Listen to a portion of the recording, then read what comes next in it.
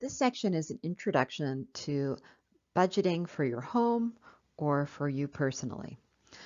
Some tips for controlling your personal finances. Know your bank balance.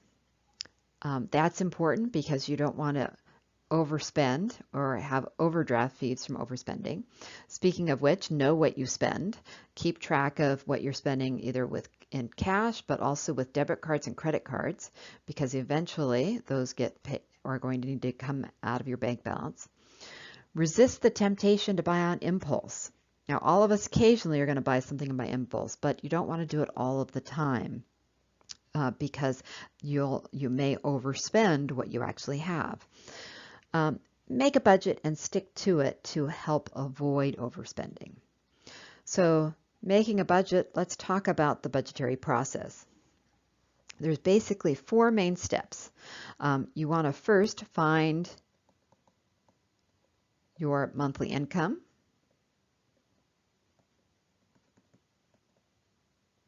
Now, that could be things that come in every month in terms of income, but it also might be things that come in every 6 months or income that you have every year. And if you have these other things that come in during the year, you may need to prorate to a monthly amount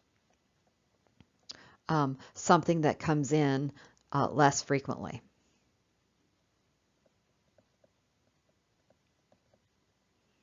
For instance, yearly.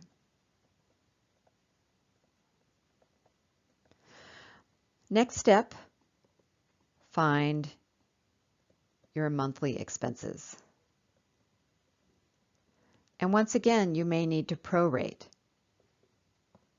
Oops, I wrote exclude instead of expenses. So you may need to prorate that because there are some expenses that may not come due every month. Some utilities charge every 3 months. Some car insurance charges every 6 months. There may be taxes that happen yearly. So you may again need to prorate some expenses so that it's a monthly amount.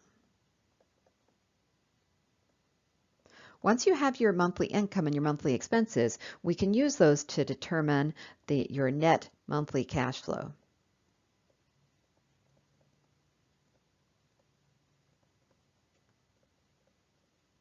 Now, net monthly cash flow is basically equal to your income